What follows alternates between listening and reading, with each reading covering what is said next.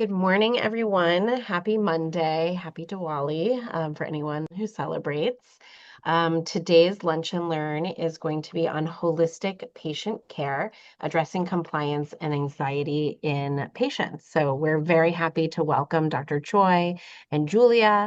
Dr. Choi is a assistant professor of medical psychology in anesthesia and psychiatry departments here at Columbia.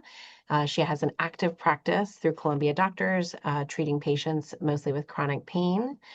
We work together and problem solve together regarding several patient situations. So we're really excited to have her here to talk about some of the things that we discuss as colleagues. We met and we feel like we want to talk about the anxious patient and the over-compliant and under-compliant patient. We feel like that's something that we all sort of deal with in our practices. So we thought that that would be good to talk about.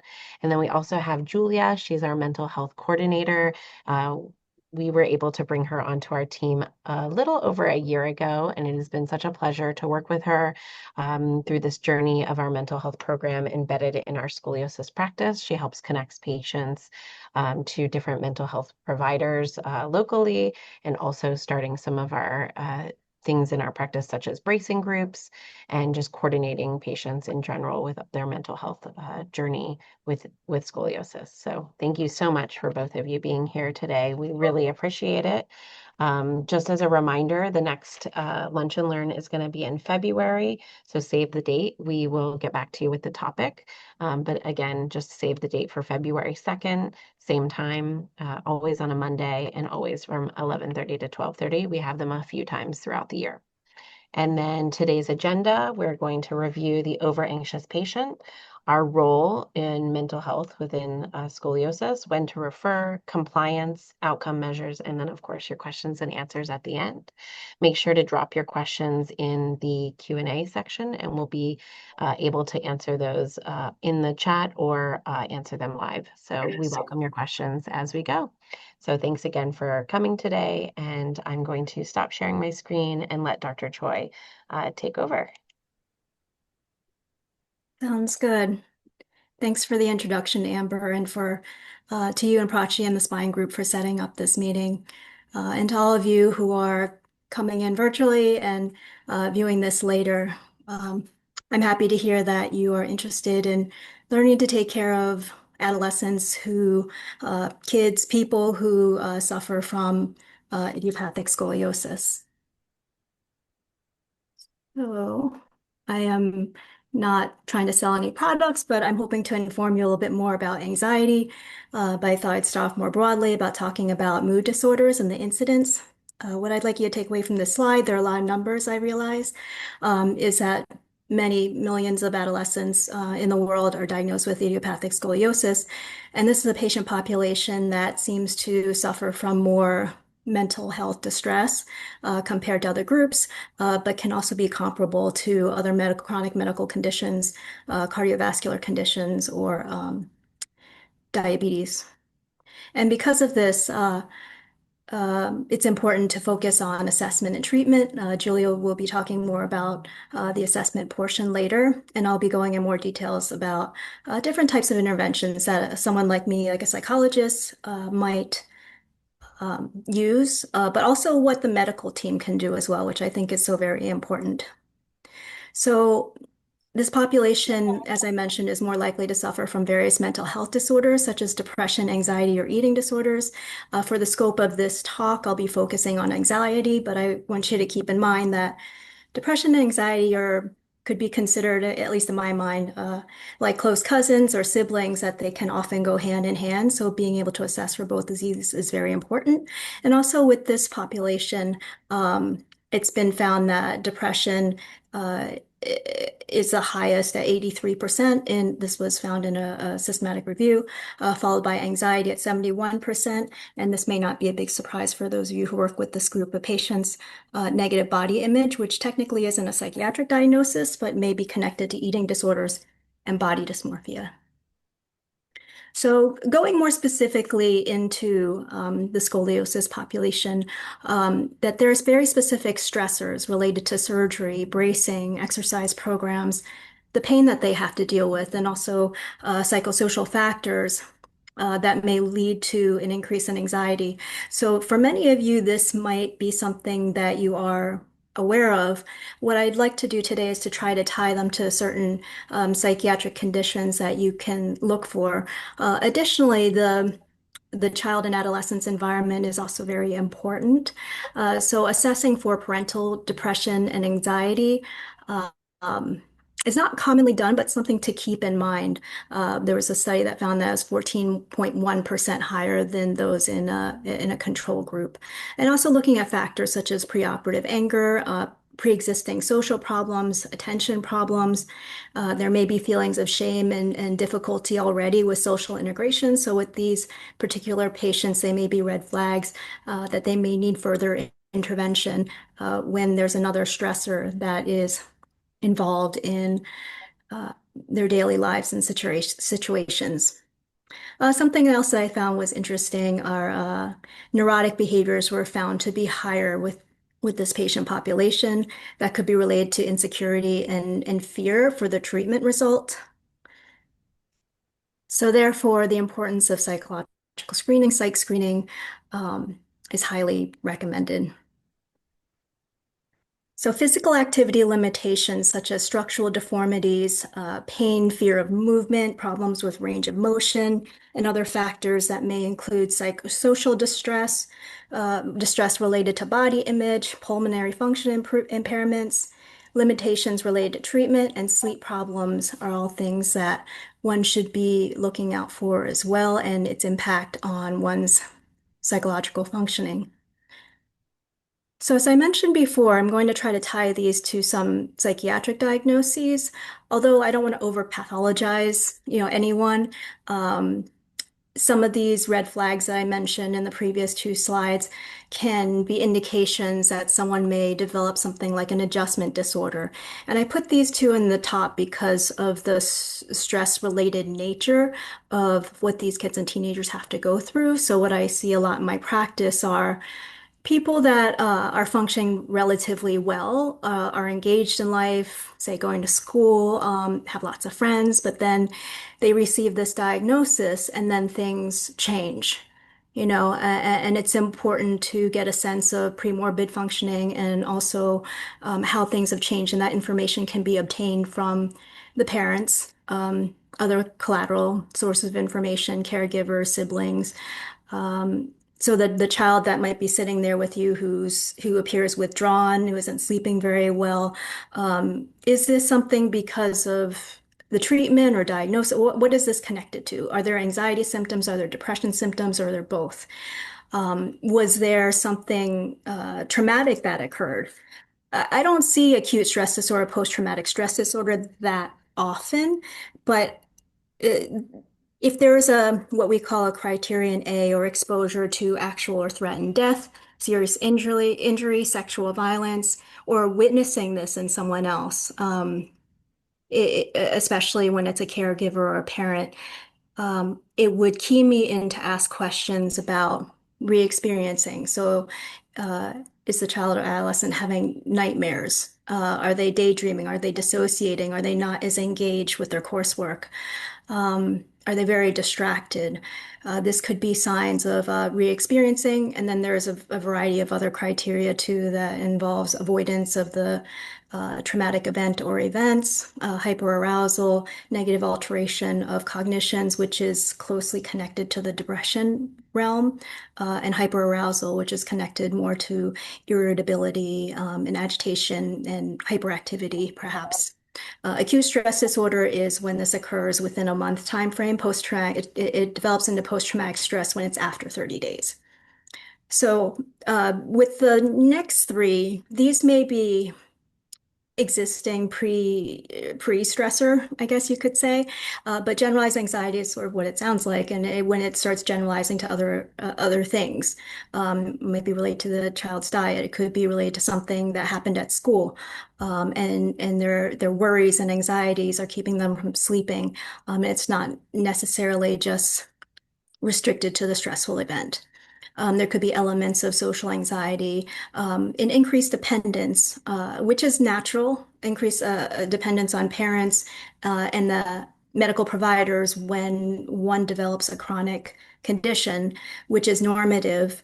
However, if someone, has a dependence that's interfering with treatment or with school or the way that they're interacting with their peers, this is something that I would look into more deeply. So the last couple of disorders or personality traits, everyone has a personality, so it doesn't always not have to be pathologized as well, is obsessive compulsive. That could be tied to a certain degree of perfectionism, a need to please other people, that I'll speak a little bit more about as we go on when we talk about overcompliance.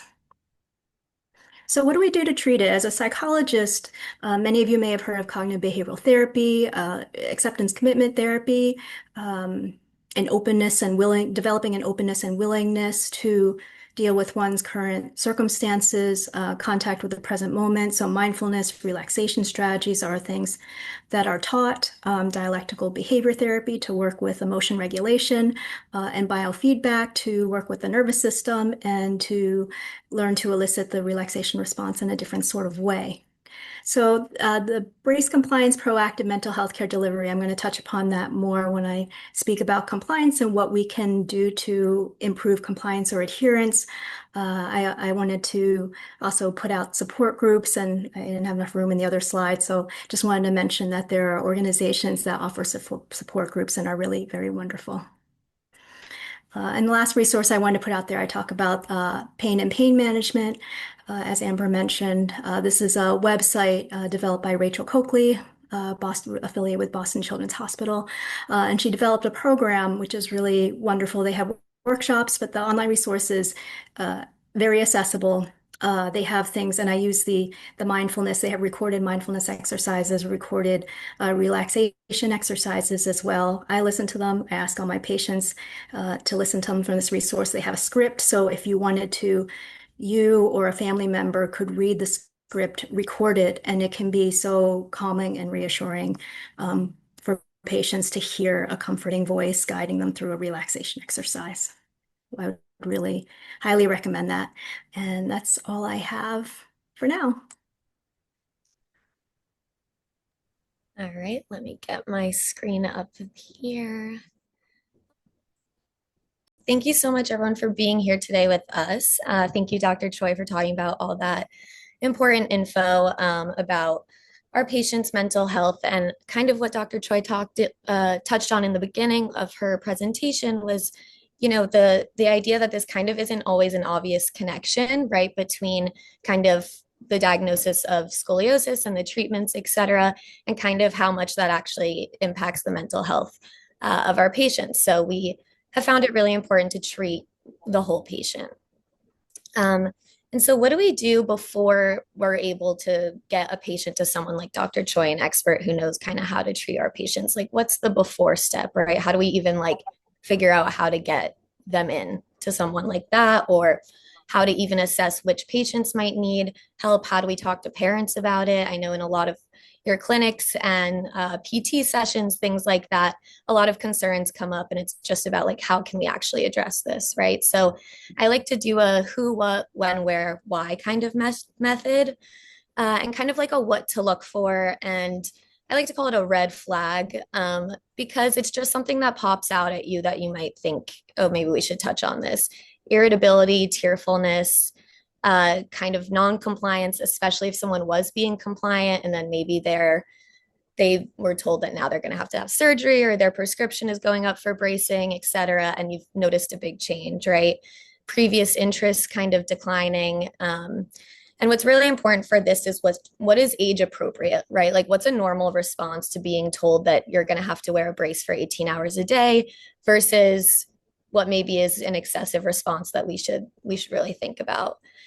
So we also like to look at when do we want to refer or interfere, especially because, as we said, sometimes these conversations don't come up in a clinic setting, especially when things are busy. That mental health kind of conversation, we try our best to have it, but sometimes we notice things and it gets away from us, and we want to know when to interfere. So, we always try to assess patients, especially when they become a surgical patient, If they come into that surgical range, that's something that we really want to know is how they're feeling about that news. We get a lot of parent concerns, school concerns, missing school, large life events. We've gotten a lot of feedback of like missing kind of milestone times because of a surgery, and kind of having that discussion with the parent slash caregiver and gaining consent of how to really like interfere with this. Talk more about communication tips in just a second. And then the who and where do we refer? So there's many different types of clinicians. Maybe you're more focused on a medication management. Maybe that's what's popping out to mom and dad or caregiver, and you want to talk to more of a psychiatrist. Maybe it's a social worker that would be more suitable because it's kind of like, oh, we're missing school, we're having trouble finding, after school activities, kind of more of like that case management role. There's just licensed counselors, there's social workers that do counselors. So there's so many different options. And I think it's important to know because I do think a lot of the stigma surrounding like psychiatrist, psychologist, when maybe that's not precisely what parents are looking for. Maybe it definitely is, but maybe it's not. And there's different types of help and assistance for mental health that we could get out there. Psychology today is an amazing resource that you can search by a lot of considerations, which I find when I'm talking to parents is like the most important thing. A lot of mental health is out of network, and talking about an excess medical cost can be kind of a tricky conversation sometimes. And so I think it's important to consider like, is this a family that's going to want to stay in network? Are they okay with in budget? Do they want maybe something through Columbia? Do they want something separate? Do they want someone of the same gender, religion, age, ethnicity as the patient? Like these are all things that kind of come into play and kind of make it an easier conversation because you're catering specifically, not kind of this one size fits all format. And the why, as we said, it's about compliance, it's about caring for the whole patient, the commitment to treatment, and we want to make sure that we're touching on all those important factors. So as I mentioned, I think a certain way to communicate with kind of that over anxious patient and their families is really important. So consistency, familiarity. I know I've talked to Prachi and some of our other straw therapists about kind of ways to like within those PT sessions or clinic appointments, like how to make this an actual tangible and digestible topic for them. Reassurance, predictability, avoiding like that medical jargon that like is just makes their head kind of spiral in that way. A common technique, chunk and check, is like offering a little bit of information and then checking for understanding and clarity. And I think this like can get away from us sometimes in like crazy clinic days and crazy PT days where we're kind of like, here's the information you need to know. I got to go to the next patient. But when we can, like trying to take the time to give a little bit of information and then kind of checking after if that's like for clarity. And that kind of like makes them feel not as like overwhelmed with a wall of information at once. I do think like encouraging choice, maybe in PT, if there's two exercises or activities that are going to kind of do the same result, maybe like offering a choice, right? I know that I've talked to some of the therapists about body image and like maybe avoiding the mirrors if needed, or maybe doing some things that are less you know very like body contact specific, if that seems to be a concern. Again, environmental adjustments, like I know maybe someone wants to come at the very end of the day when they're going to be like the last patient in the office type of thing. And again, these are all things that are very difficult for us to integrate because of how busy everything is. We're very lucky that I can be a coordinator and kind of do these things for our clinic. But I know that like some of these things we might be able to just add in here and there to kind of add that mental health lens into our practices. And so I'm going to pass it back to Dr. Choi for the next, or is it Prachi, I think? We're going to actually transition into the over-compliant and under-compliant patients. So we'll go back to Dr. Choi, who then will continue the conversation about those two different types of patients that can impact how you treat them.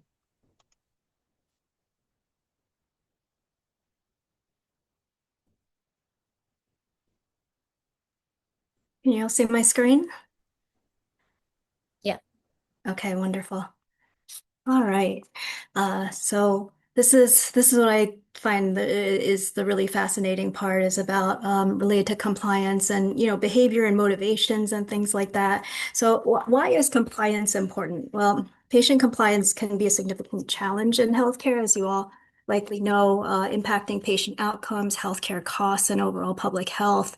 The complexity of treatment plans, lack of knowledge, inadequate guidance, and barriers that may be related to health insurance and other psychosocial factors can include things like familial conflict, transportation problems, financial stressors, housing instability can really run the whole gamut. So it's important to look more broadly as to what might be leading to non-compliant behavior. Patient compliance with, as you may already know, is with recommended regimens, and lack of compliance can also result in suboptimal clinical outcome, which is why it's important to address. There is quite a literature on compliance and non-compliance, but before I talk a little bit more about this, in the literature and also in clinical settings too, compliance and adherence is used interchangeably. However, I would say it's very important to separate out the two. Adherence is a more positive, proactive behavior, which results in a lifestyle change by the patient. Whereas compliance is a more passive behavior exhibited by a patient who's doing simply what he or she or they are being told or following instructions by the treating doctor. So some examples of some compliant behavior and more non-compliant behavior that could be related to bracing or surgery. This was a nice focus group study that was done, and I'm sure all of you out there could add more to this list. But a subgroup, I would say, of adolescents uh, uh, are people who may be overly compliant. This is something that isn't discussed as much in the literature. So these are some characteristics that can be related to overcompliance. Someone who agrees or obeys excessively to the point of where it's to their detriment. Someone who may try very hard to please adults or authority figures, an obsessive need to please authority figures. There could be some obsessiveness related to perfectionism as well. And sometimes this can be related to a situation at home that could be related to punishment or conflict. This could be someone who internalizes their emotions, so it's very much connected to the anxiety realm, as opposed to externalizing. If someone experiences emotional distress, they may engage in more oppositional behaviors that usually stands out. But when you have someone who internalizes these behaviors, it's more likely that that person will fall through the cracks when they really, truly need treatment. They may struggle, in the long run with making independent decisions or asserting needs, may be more likely to be diagnosed with an internalizing disorder such as anxiety or depression, and may neglect their own personal preferences to avoid conflict. So another alternative to compliance, as I defined earlier, is adherence. And as I mentioned before, it's a more active process. So including your child and adolescent patients in all treating decisions, allowing them to be collaborators in a developmentally appropriate sort of way, that it's important to bear in mind that especially teenagers, it's important developmentally to establish independence at this point and to test boundaries and to foster the development of autonomy and independence as part of this developmental stage. If you bear in mind also that a period of dependence is fostered by the environment by developing, a certain type of chronic illness, which is normative, for this group of patients, but not normative for their same age peers. So being able to integrate with this group may be more challenging. Also a more collaborative approach, allowing the patient to a chance to buy into their treatment. So contracts have been used where it could be the patient, the parent, and the clinician who are developing these contracts where everyone gives and takes a little bit. I was watching a movie about gastrointestinal problems in childhood, and it's a documentary, and uh, one of the preliminary diagnoses was a lactose intolerance. So the sibling said, if Sue can't have milk, if she can't have pizza, I'm not going to have pizza either. So getting that support from the family, teachers may do a teaching module on a scoliosis or back pain, and not only does it normalize the situation for the child or adolescent, but it also informs those around them to engage in behaviors that would support that child or adolescent's self-care in treating, a disorder, a condition that can be hard to treat, that's complex. And as I mentioned previously, getting a buy-in is very important. Motivating someone can be challenging. So discussing treatment, including the patients and their self-care regimen, as I mentioned before, the contracts could be very helpful. I read a study that they were using compliometers in the past. I didn't see how effective necessarily that is, but the contracts and having greater involvement with the medical providers is so important. More frequent contacts. There was another suggestion as well. To have a discussion with patient and parents about the realities of treatment early on. So introducing the idea of the possibility of maybe needing surgery. I know people may have different thoughts and ideas about this, but something to think about at the initiation of therapy, treatment, that this focus group and systematic study found that a lot of the younger children had a hard time. They were very confused. So they were seeking clarity and information, and having more of that information was very helpful. So what are some psychosocial interventions? And this is geared more towards all of you who are not in the mental health realm. As Julia mentioned, it may not be the easiest to refer a child or adolescent or anyone or someone to family therapy. You might not be able to find a psychologist. Insurance may not cover it. It may be a great out-of-pocket expense. Maybe there simply really isn't enough time. But there are things that the medical team can do to incorporate the mental health treatment into this. So what was found in the systematic study below is that proactive brace compliance monitoring and counseling interventions is recommended. It was also recommended not to try to make your patient feel guilty as well. Multidisciplinary intervention. So if you are able to incorporate a mental health provider as part of the team to develop to deliver, what I would say there are brief interventions that could be used: relaxation training, mindfulness meditation, finding ways to increase motivation, helping the patient express what they're feeling. I mean, a lot of the times we don't know what's happening because the child or the teenager has a lot of difficulty expressing what it is they're experiencing and feeling. So having a mental health provider as part of a team can be very helpful. And if that's not possible, you can train people on the team to deliver these types of interventions or to assess for possible psychiatric conditions, depression, anxiety. So it could be as simple as administering an assessment in the waiting area and having a discussion about mood before even referring to a professional. As I mentioned before, there are some pain coping skills that can be taught relatively easily. There's also a training program and more being developed for medical providers, Empowered Relief.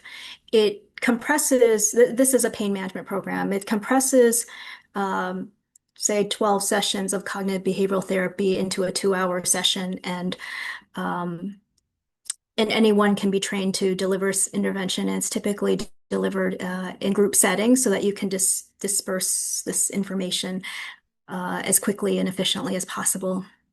And as I mentioned, structured support groups can be very helpful, that there are great organizations out there, but within the medical team, one can also start a support group for your patients. You can start them for families, for parents, for caregivers. So having mental health embedded within the medical practice, I think, it's my opinion, I think is very important, especially when you don't have access to mental health providers. Providing evidence-based resources for parents and adequate support for parents and caregivers so they don't have to go to TikTok and Google and AI to search for the information that they need, and can also provide reliable information for others as well. Interestingly enough, in this systematic review, they found that brief educational intervention showed mixed results, and that might be a result of the different quality, the level of quality of each of these educational interventions. I mean, I think that there is a role for this, but you may not want to solely just lean on educational interventions and to provide other layers of support and treatment. And as I mentioned earlier, it seems like what patients really want in their parents are frequent patient-provider interactions. And with the evolution of technology, this can be made much more accessible through training programs that are available online, such as this. But also, there's some surgeons who make videos for their patients to help reinforce. In my mind, it's a way of almost like cognitive reframing, reinforcing the positive aspects, which can be so difficult to acknowledge at times when someone is rehabilitating, recovering, and dealing with so many obstacles. So in summary, assess for mood on an ongoing basis, in person and through assessments. Clinical assessments can be used to better understand your patients, but they shouldn't be used in isolation. That it's important to also talk to your patients and follow up on the results. And when you're working with children and adolescents, it's extremely valuable to talk to the caregivers, the parents, or obtain any collateral information that you need to form a comprehensive picture. Compliance and adherence are different, but recognize that in everyday speech and the literature, they are used interchangeably. And finally, utilizing behavioral approaches within the medical context, I think, is important if you want to integrate more of the mental health component. These approaches, I didn't go into so much detail because I thought it was beyond the scope of this talk, but things like motivational interviewing, which a lot of medical professionals are trained in this area now, relaxation training, goal setting, and collaborative decision-making should be a part of ongoing treatment. So these are my references, and that's all I got. Thanks. Thank you. While Julia is bringing up her slides, for us to round things out, don't forget to send in your questions, because after Julia is finished, we're going to transition into our Q&A. So just make sure you send some questions along in that Q&A section so we can have a good discussion. Thanks. I just wanted to point out how smooth that was, me sharing my screen just there. I really got it down that time. So wanting to pick up where I just left off previously on communication and kind of talk about what Dr. Choi started to touch on, which is kind of delivering assessment tools as kind of that multidisciplinary intervention, right? Because that is something that we can kind of figure out how to intertwine maybe in our waiting rooms, in our clinics, sending to our patients prior to their appointments. So to talk about that a little bit, there are certain screening tools that are really valuable in this space. One that we put into practice for our surgical patients so far in our clinic is the PROMIS Pediatric Anxiety and the PROMIS Pediatric Depressive Symptoms. It's two questionnaires, very short, I believe 8 questions each or so. And I assign them on Epic. So they're computer adaptive, which is so nice. It makes it so easy because it scores it for you. It tells you, this is normal, which I use in quotes, this is moderate, this is more severe behavior, and kind of we've decided for us, when is that point of, we should interfere. If they score above a 60, let's say, we're gonna, make sure that we touch base with mom and dad or guardian to make sure that we're intervening in that way.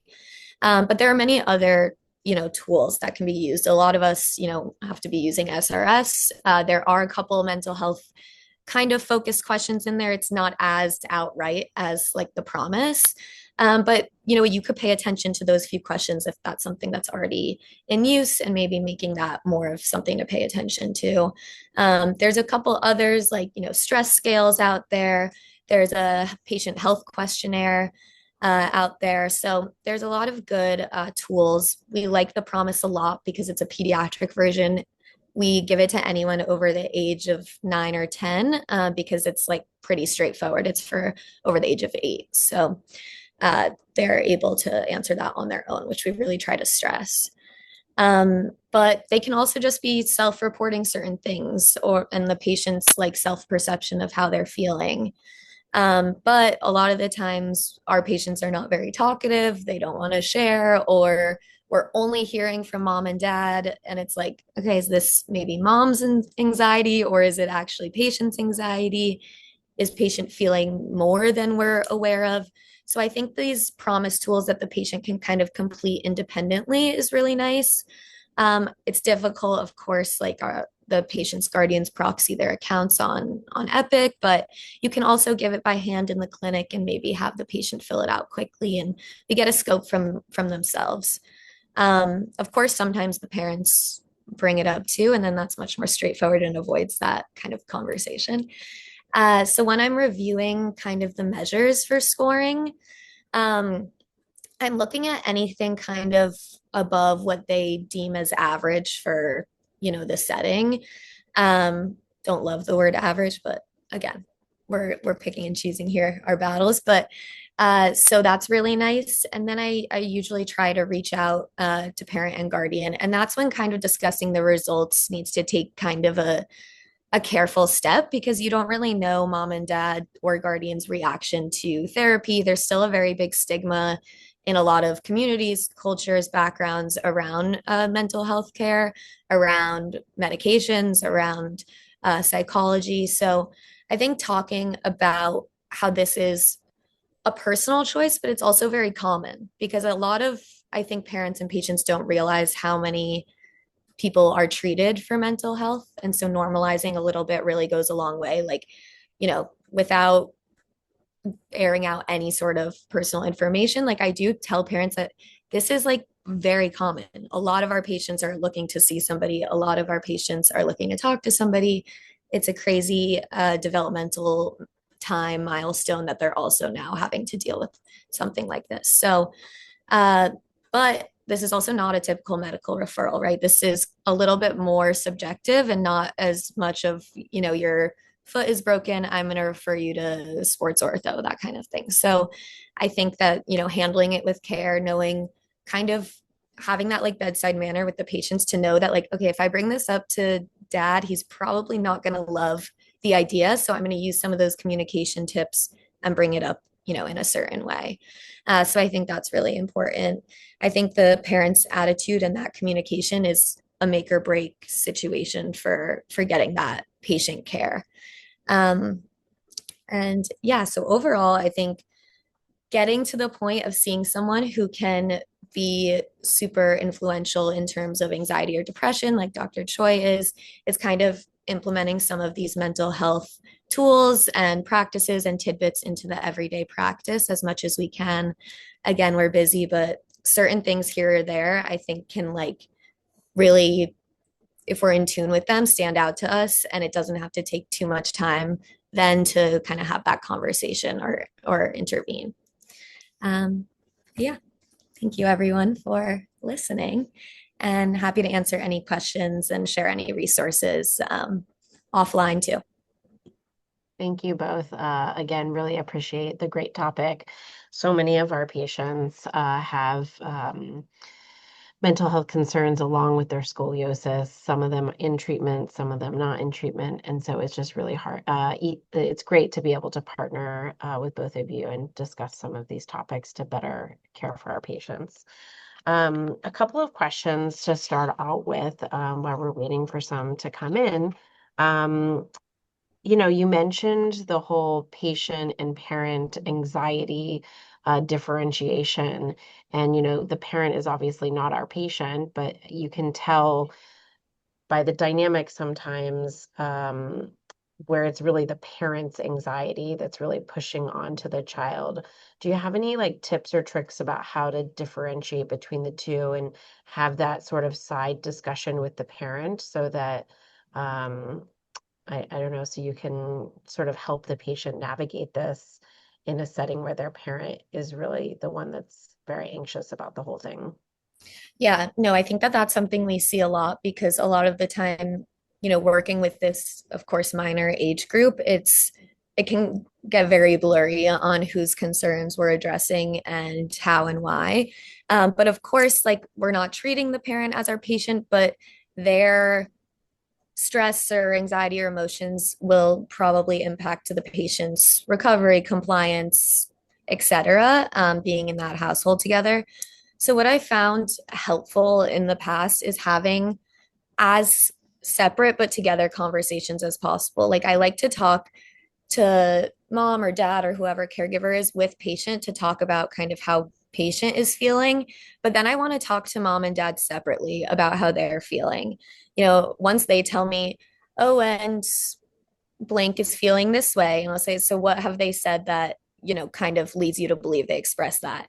And kind of through asking those probing questions a little bit, they're like, oh, well, the last time we had the appointment, I was feeling like so stressed because we were told I have to up the bracing and then I'm going to have to come back and see the orthotist and do this. And then I can kind of say, like, I don't know if I heard as much of the patient's reflections in that, but we could definitely talk about some ways that we can lessen kind of your burden as the caregiver in this setting because it is a lot of work to like have all those medical appointments and bring them over to the hospital. A lot of people have to commute in.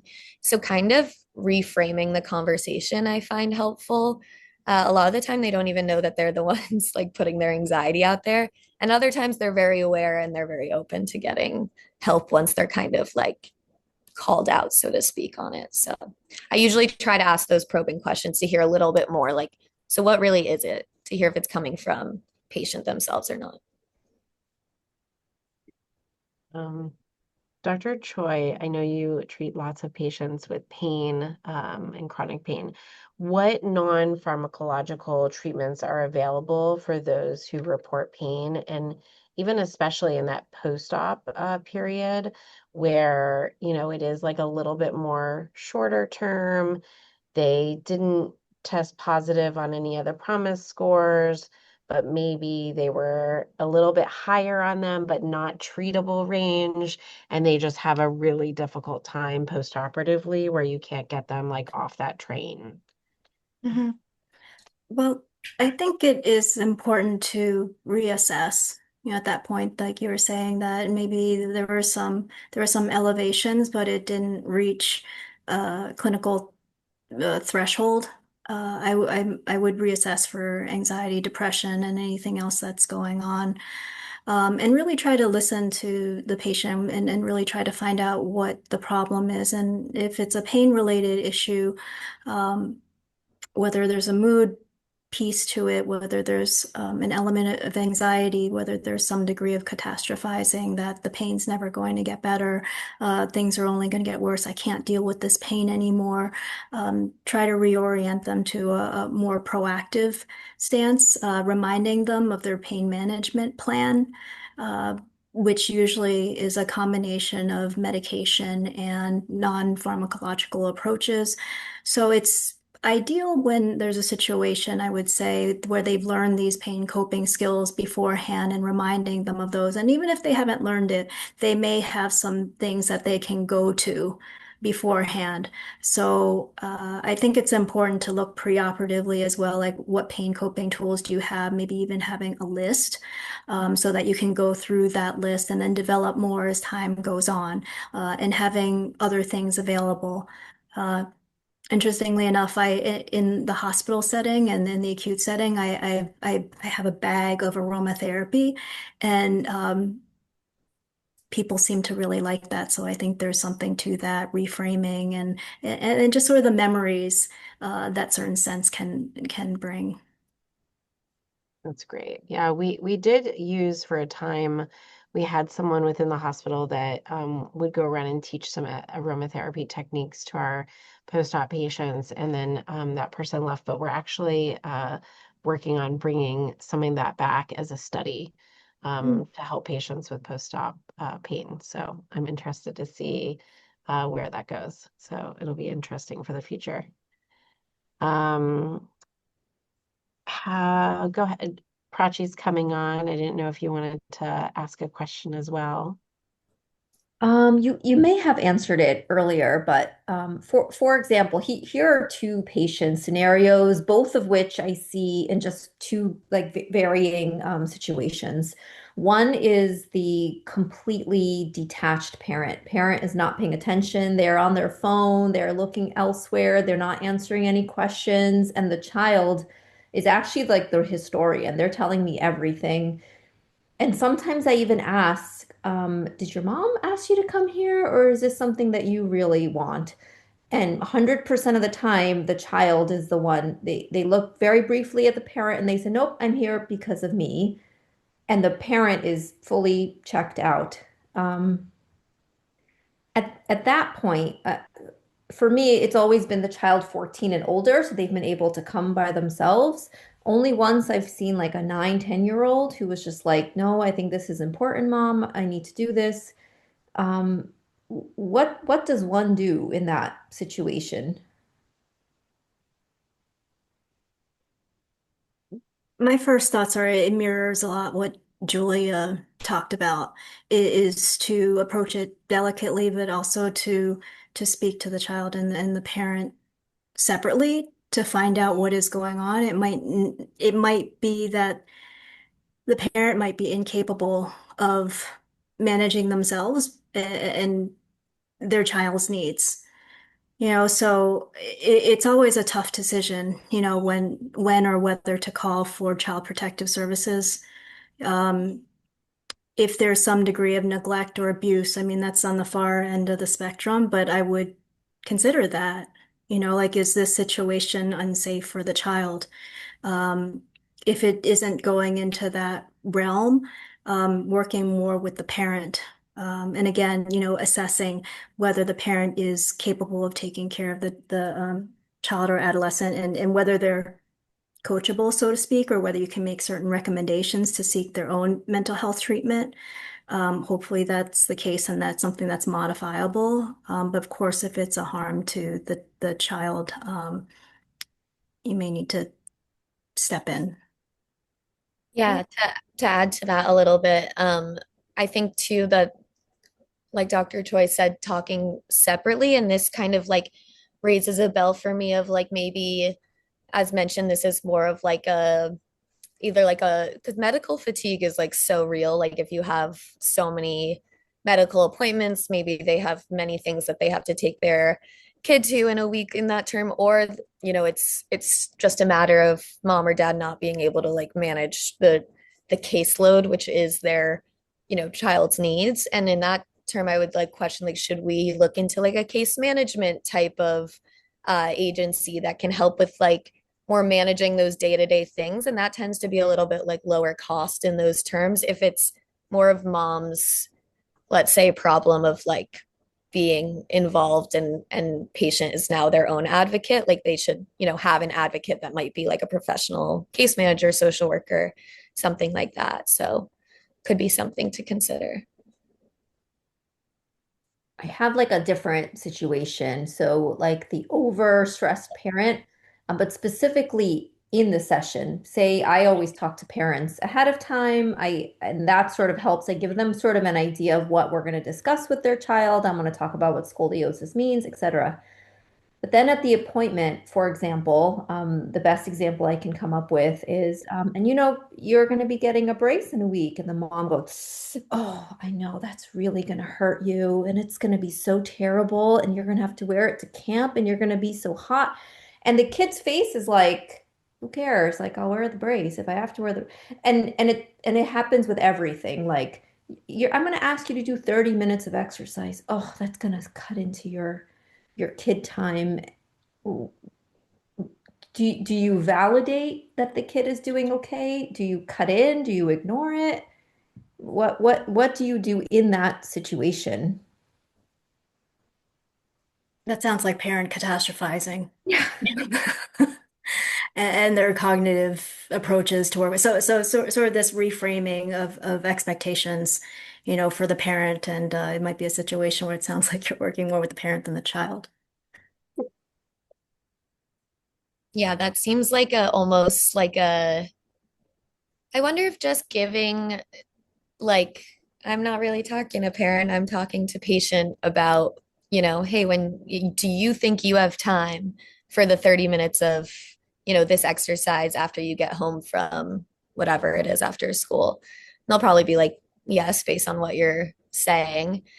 And like we've found people really react well when we give them like a tracker, a bracing tracker. So maybe like they can check off like I wore my brace for my full 12 hours yesterday.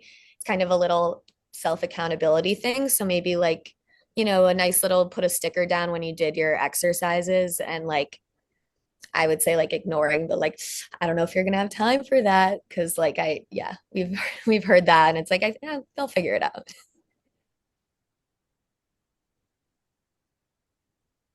Another question just in regards to pain. How do you measure, like, or how do you recommend us measuring pain in kids and adolescents? And are there some alternatives to that traditional scale that we use?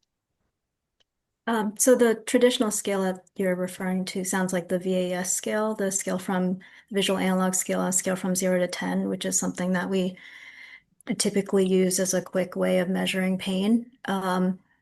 Looking at behaviors is very important. So it could be things like facial expressions, body language, whether they're guarding or protecting a certain part of their bodies, whether they're crying. There's a scale called the Long-Baker Faces scale. So sometimes I'll ask the kids to look at this with this different faces, and it's something that's empirically validated. And they choose which face that aligns with the certain level of pain. So that's another alternative that can be used. But it's also important to do a multidimensional measure of pain. So assessing for things like mood, which is what we discussed today. Level of functioning is really important, whether they're doing their home exercises, how they're doing in physical therapy, what that experience is like for them. Um, so using a multidimensional measure would be very important too. Great, thank you. Um, Another question that came up is, you know, sometimes the kids are not always able to verbalize like what emotion or what feeling they're having. And so how do you kind of work with someone who's unable to really communicate distress or what emotion they're having? Like, is there any, if they're not in therapy, are there ways to kind of work with them to help them verbalize like what they're feeling? I would say it would depend on how the child expresses. That there are some children who express through artwork and drawing, and some who express maybe through movement. Along the lines of the Long-Baker Faces scale, there's also something sometimes I use is they're called mood dudes.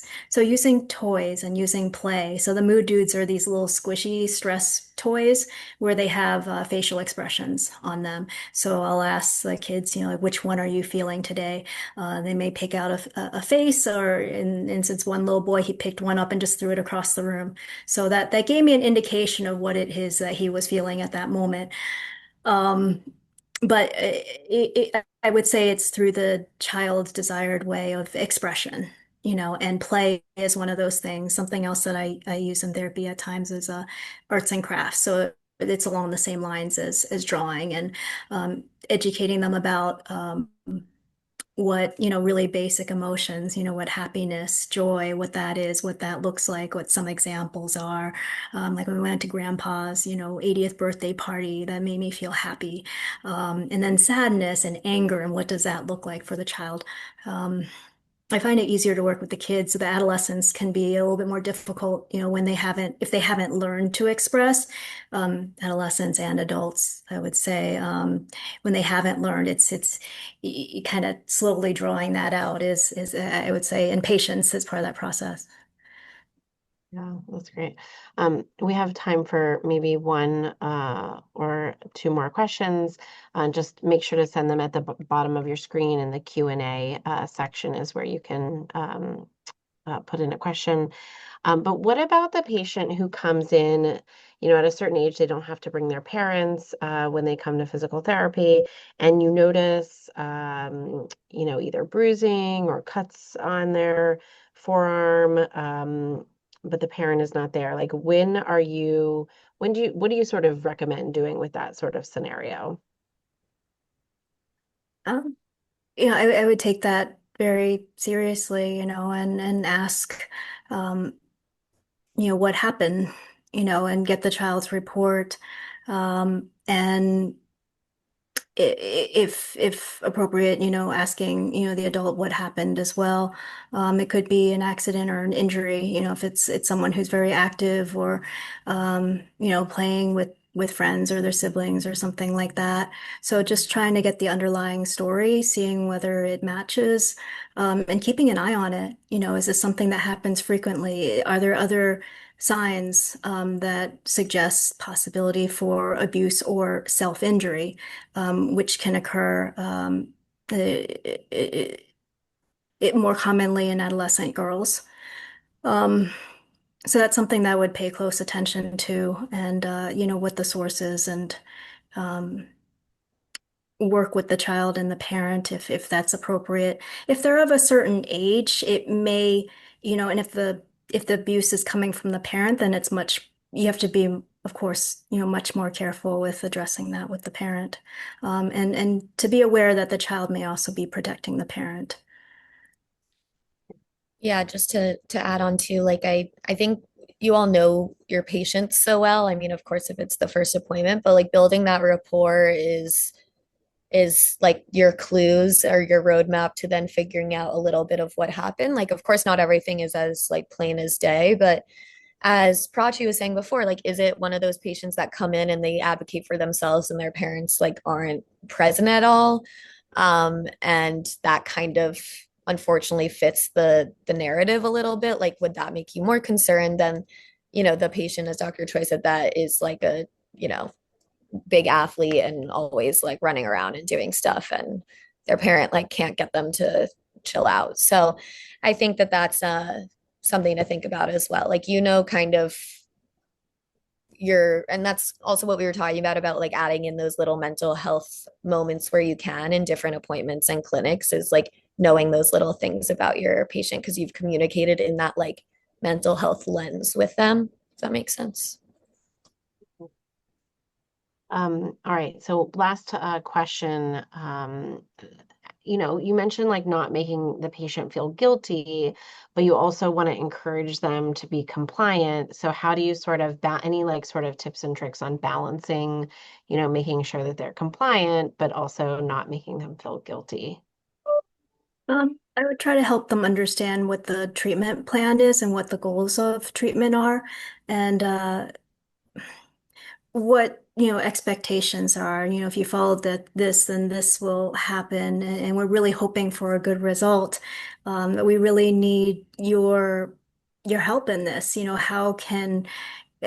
What would make this a better experience for you, because we want you to feel better, years and years down the road. So getting the patient's buy-in and, support of those around them, and in having that discussion with the patient, you may find out, you most likely will find out what obstacles and challenges that patient has. So I would also have that conversation as well. What can we do together to overcome those challenges?